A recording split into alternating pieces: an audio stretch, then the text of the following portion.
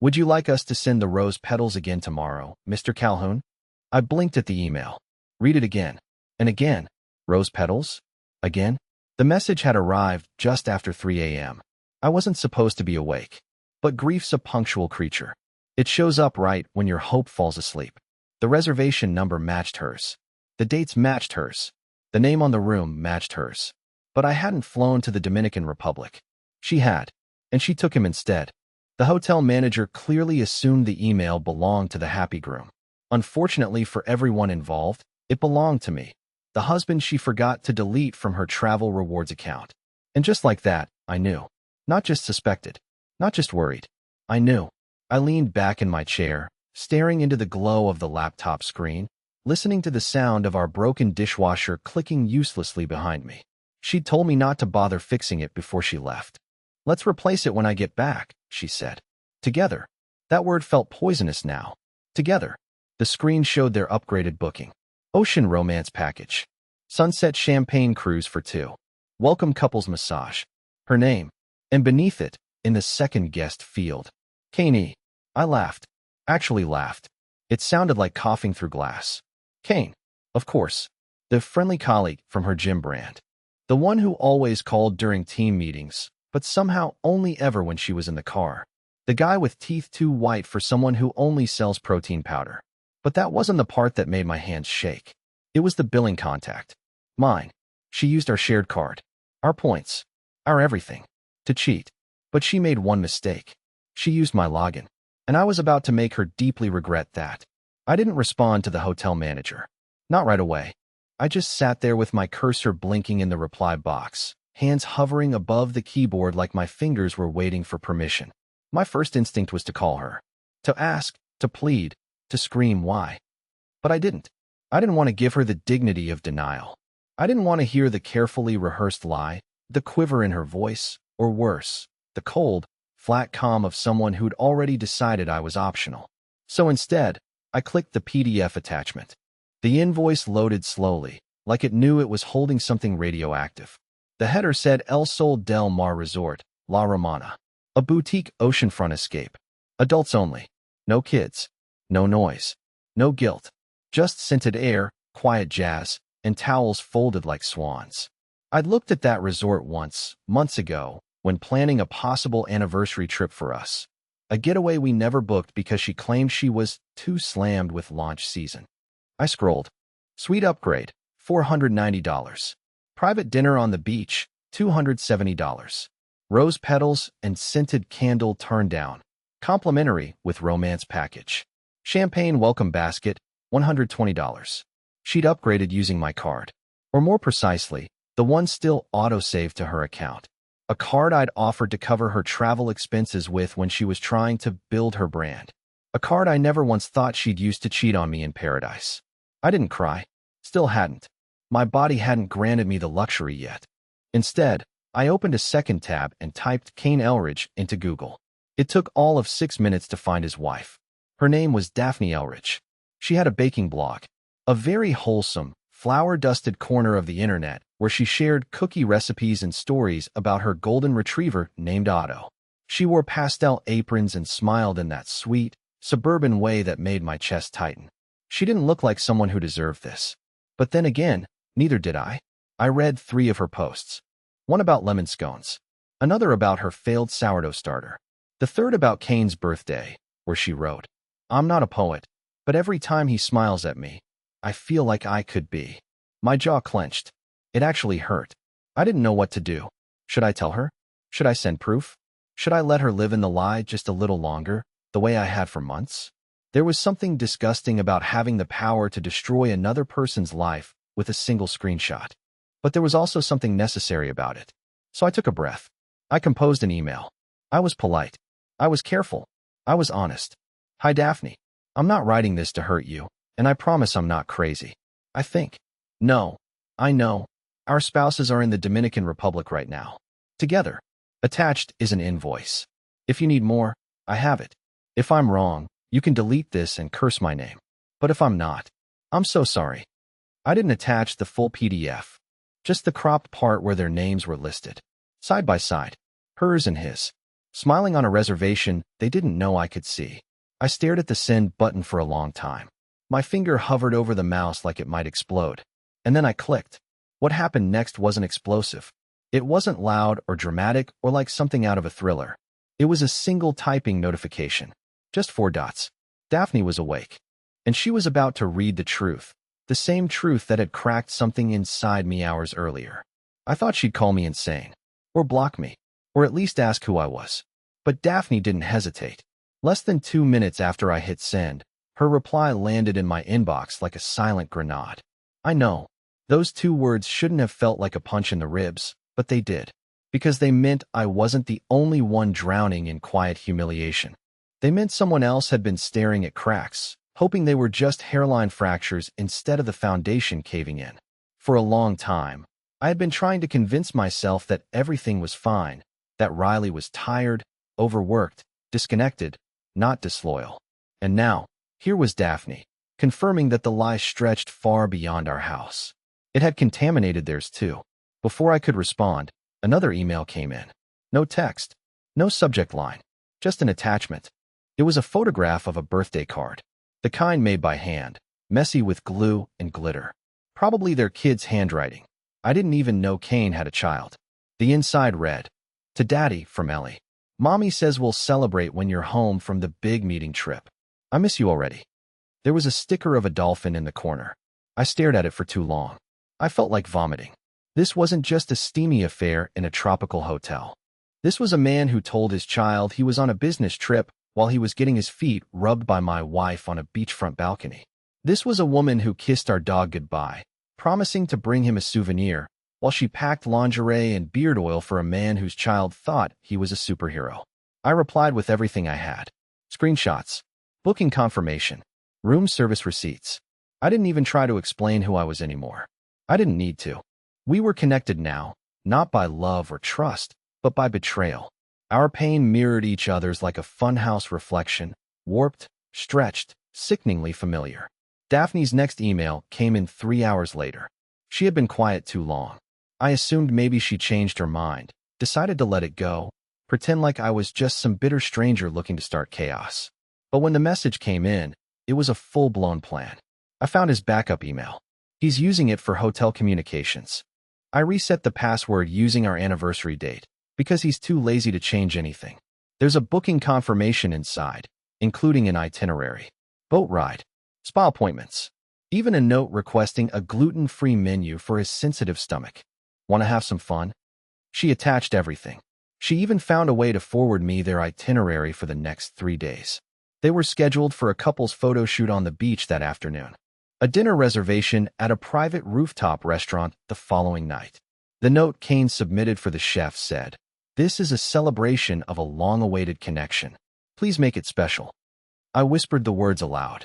Long-awaited connection. Like we were the ones holding them back from their grand destiny.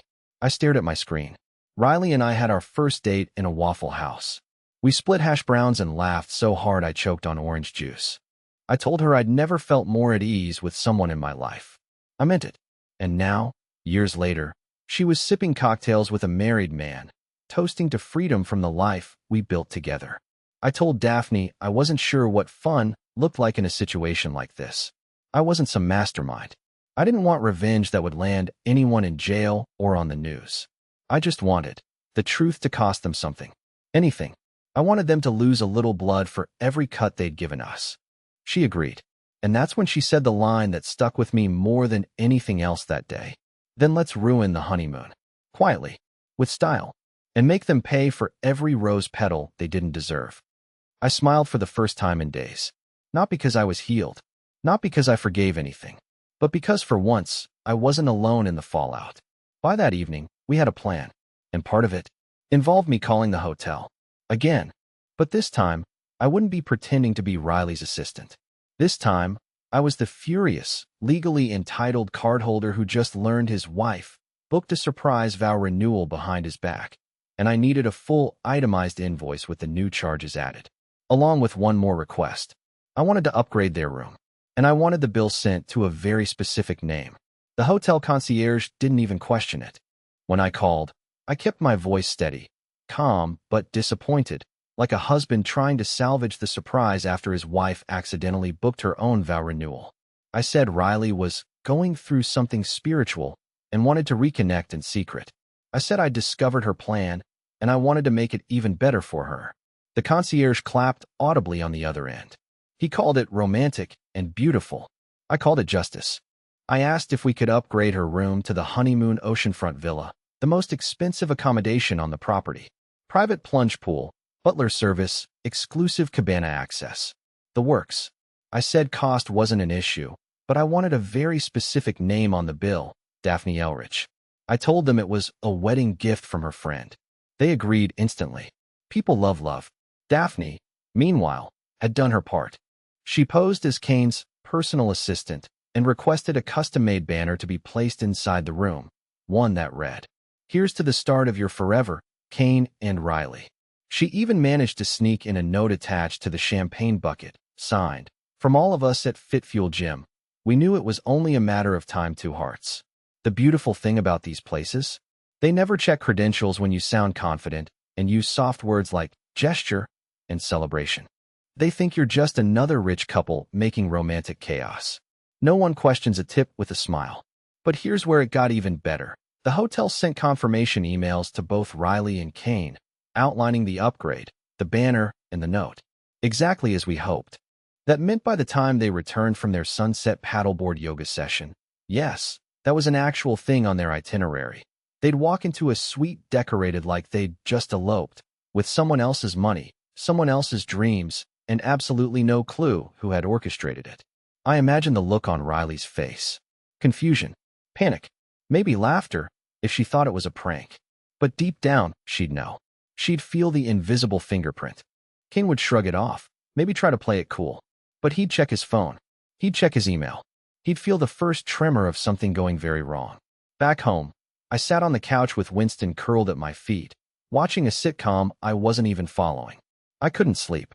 Every time I closed my eyes, I saw them, smiling in that disgusting, delusional way people do when they think they've gotten away with it. But I also saw Daphne. Her email updates were clinical, focused, surgical. This wasn't revenge for her. It was an autopsy. And every piece of evidence she uncovered was another piece of her marriage being cut away, labeled, and stored. At 2:14 a.m., I got an email. No subject line, just a photo. It was the villa, the banner, the champagne, the note. But the best part? The caption Daphne added underneath. They checked in and immediately checked out. Room is empty now. They're not answering each other. I laughed. Out loud this time. Not a wild laugh. Just a low, shaking breath that felt almost human again. We hadn't destroyed anything. Not really. We hadn't burned their clothes or keyed their cars. We just reflected the lie back at them and let them choke on the reflection. But this wasn't over. Daphne had just told me Kane was scheduled to return early, alone. His new return flight was booked for the next morning, and guess what? It was the exact same itinerary as our old anniversary trip 2 years ago, down to the airline and seat selection. She said he hadn't told her yet. I told her I had an idea. Because if Riley was staying behind in the Dominican Republic and Kane was flying home to face the fallout, maybe, just maybe, it was time someone else was waiting for him at the airport. And not with a hug. The departures board at the airport glowed soft blue in the early morning haze. Flight 642 to Chicago, on time.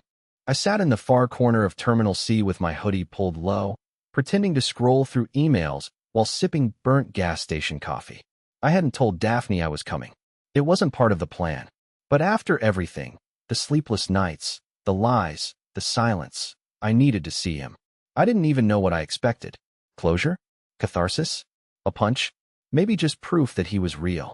That the man who cracked open my life like a pistachio shell actually existed outside of screenshots and scented emails. Across the terminal, Daphne stood with Otto, their golden retriever, on a leash. Her posture was perfect. Calm. Dignified. She wore no makeup, just a slate gray coat and sneakers. She didn't look like a woman who came to cause a scene. She looked like one who already lived through it and survived. Kane wouldn't know she was coming either.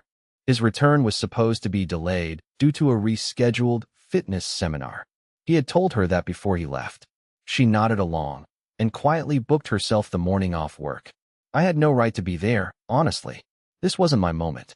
But something about watching it happen, in real time, felt like a necessary infection.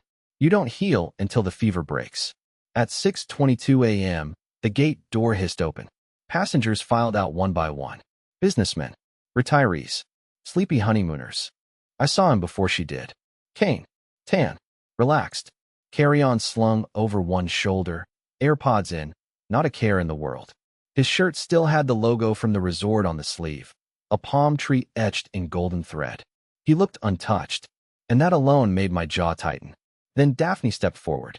Not fast, not with rage, just enough to enter his line of sight. He stopped mid-step like he'd tripped over a ghost. The moment hung there. He blinked, then blinked again. Daphne didn't speak. She didn't throw the dog leash. She didn't raise her voice.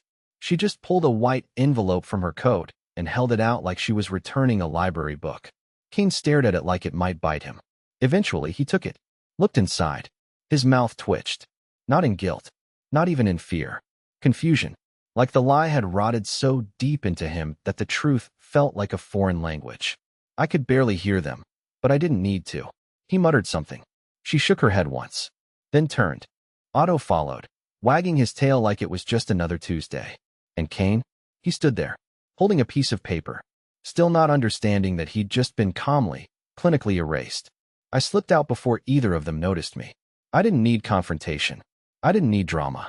The look on his face was enough.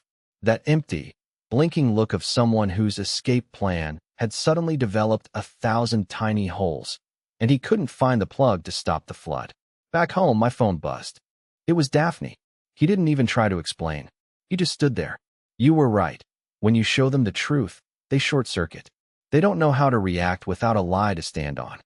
I didn't respond. Not yet. I opened our old photo album instead, the digital one. Riley had curated it when we first moved in together.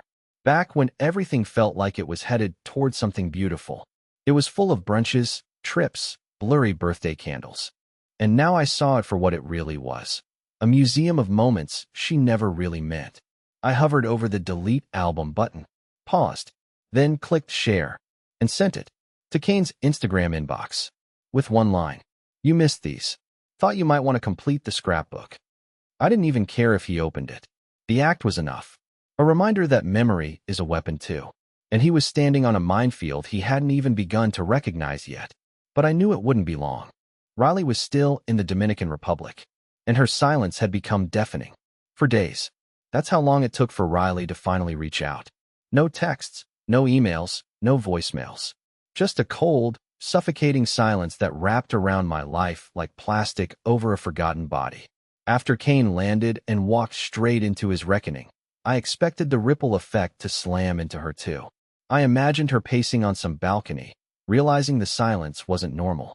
That her secret wasn't secret anymore. That someone was watching. But if she had a reaction, it never showed. Not until the call. It was 7:13 p.m. on a Tuesday. I was microwaving leftover chili and watching Winston chase a fly he would never catch when her name lit up my phone. Riley. No emojis. No added flair. Just the contact I hadn't touched since the morning she left. I let it ring. Once. Twice. 3 times. Then I answered.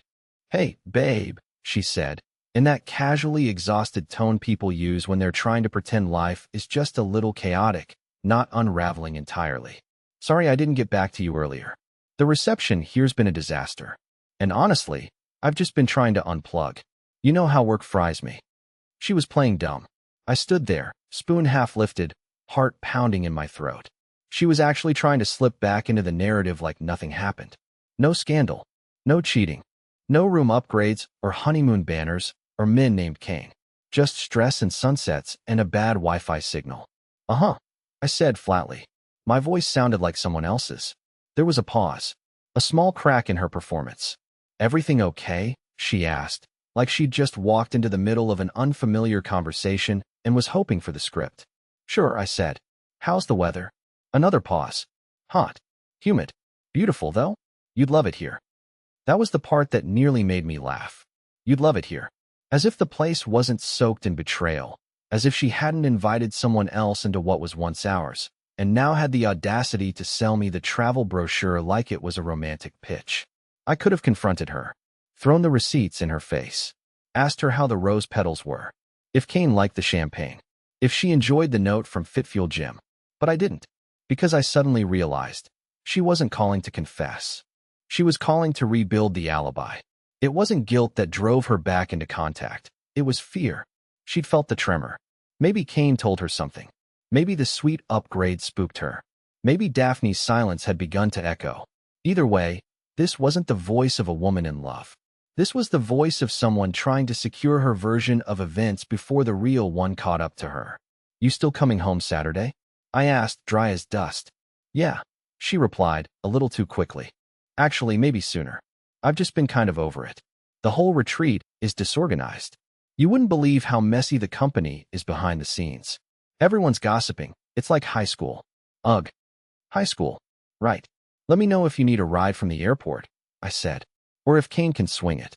Silence. A deep, crackling silence. I imagined her face at that moment. The twitch in her eye. The way her jaw probably stiffened as she swallowed the panic. "I what?" she said, too softly. I didn't reply. She tried to recover. "Why would Kane? What are you even talking about?" Still, I said nothing. Let the silence do what the truth couldn't. "I don't know what you think is going on," she finally added, voice cracking around the edges. "But I think you've got the wrong idea. You always do this when I try to focus on myself. You twist things." I almost admired it. The boldness. The gaslight. The desperate last reach for the steering wheel as the car's already spinning off the cliff. "I hope you enjoy the rest of the trip," I said calmly.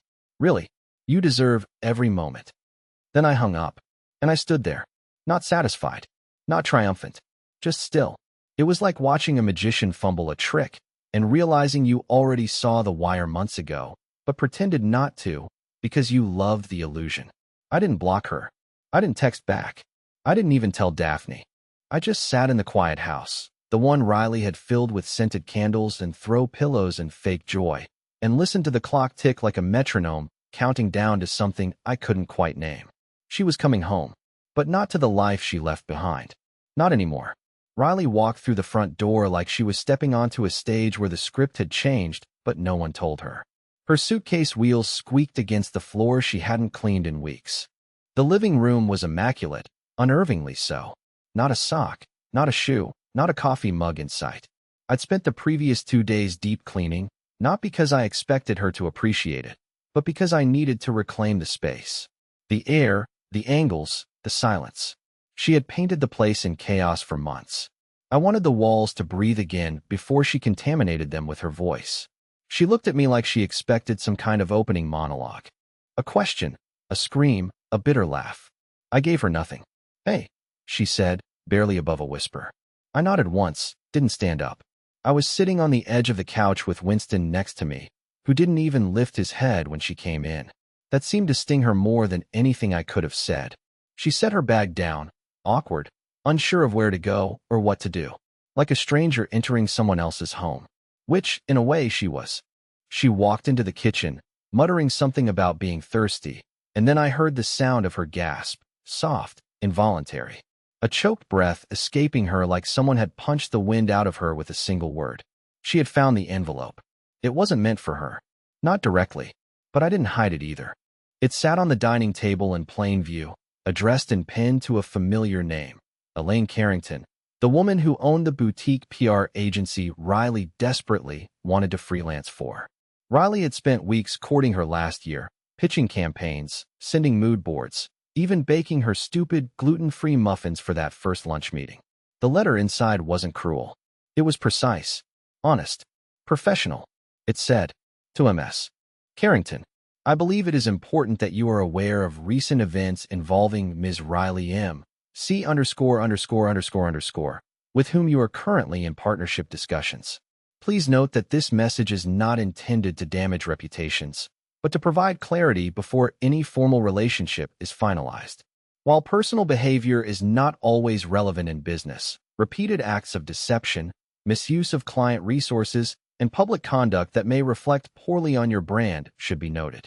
I've attached documentation of such behavior, should you choose to review it. Respectfully, a concerned associate. Riley stood there gripping the edge of the table like it might fall out from under her. Did you send this? She asked, voice tight, strained. I looked at her, dead in the eye. It's unsealed. She opened it. Read it in full. Her hands trembled. You're trying to ruin me, she said. No, I said calmly. I'm trying to make sure the mask you wear in public matches the one you wear at home. You don't get to punish me like this, she spat. I raised an eyebrow. No? Who does then? Kane? Your next midlife crisis in gym shorts? Or maybe your future clients, when they realize your partnerships start in resort beds and end in excuses. Her mouth opened, but nothing came out. There was no script for this version of me. No soft-eyed pushover. No hesitant husband hoping she'd choose him again. That man was long gone, buried in the sand somewhere between their champagne toast and that fake honeymoon banner. I didn't think you'd actually do something like this, she said after a while. That's the problem, I replied. You never think I'm capable of anything, until you realize I already did it. She didn't cry. Not yet. Riley wasn't the crying type unless it benefited her. But she was unraveling, piece by piece. Her hands twitched like she wanted to throw something, or maybe reach for me, but didn't know if either would land. She didn't ask for forgiveness. She didn't apologize. She just went silent and walked upstairs, slowly, like the walls might collapse if she moved too fast. I stayed downstairs. Let her sit in the echo chamber of her own choices. Later that night, I got a message from Daphne. It was a screenshot. A photo of Kane's Instagram. His latest post had been deleted. In its place, nothing. Not even a profile picture. He was disappearing. And Riley? She had no idea what was coming next. Riley left the next morning. No speech. No tears. Just the zip of her suitcase and the soft click of the front door. I heard the engine start, then fade down the street like a memory finally deciding it was done echoing. She didn't leave a note. She didn't ask if I wanted to talk. Maybe she knew by then that nothing she said could change the fact that something fundamental had snapped. Not in rage, but in realization. I didn't chase her. Didn't stare out the window. I just poured coffee into a clean mug and watched Winston roll over on the carpet like he could feel the shift in the air. Lighter. Quieter. A house that had been rotting at the seams now suddenly felt like it could breathe again. Later that week, I sat in the backyard with my laptop open, writing an email I never thought I'd send. It was to my manager. I told him I'd be taking a leave of absence. No excuses. No vague personal reasons. Just truth. I needed time to fix what I let fall apart, starting with myself. He replied within 10 minutes. Said he understood completely. Said he hoped I found what I was looking for. I shut the laptop, leaned back, and let the sunlight hit my face for what felt like the first time in months. Then, I checked my phone. There was a message from Daphne. So, Ellie and I are baking cookies today. She's trying to teach Otto how to sit with a cookie on his nose. It's not going well. There was a photo attached. The little girl from the card, Ellie, was grinning ear to ear, and Otto, poor dog, sat with his head tilted in complete confusion while a broken cookie slid off his snout. I laughed. Out loud. No bitterness this time. Just warmth. I replied, tell her the trick is peanut butter. And tell Otto I believe in him. We didn't talk much after that. Not because anything was wrong, but because some people walk into your life just to hand you the flashlight when the power goes out. Daphne was that. And I'll always be grateful. Weeks passed. I started running again. Nothing competitive, just laps around the park. I bought new bed sheets. Rearranged the furniture. Donated half the kitchenware. Somewhere in the middle of all that, I remembered how silence can be healing when it isn't hiding anything. And one day, I found myself at the same coffee shop Riley and I used to go to. Not out of nostalgia, just convenience. I stood in line behind a woman with headphones on, quietly humming a tune from an old Norah Jones song I hadn't heard since college. She turned, caught me listening, and smiled. Too loud? She asked, pulling one earbud out. Not at all, I said. It's a good song. We didn't fall in love right there. This isn't that kind of story. But we did talk. Over coffee. About music. About bad Wi-Fi and failed sourdough and dogs who think they're people. And when she asked my name, I told her without hesitation. Because for the first time in a long time, I wasn't embarrassed to be me. I was no longer the man holding on to someone who let go first. I was no longer living inside a betrayal, tiptoeing around lies. I was just Eldon, standing on my own 2 feet. And it felt like enough.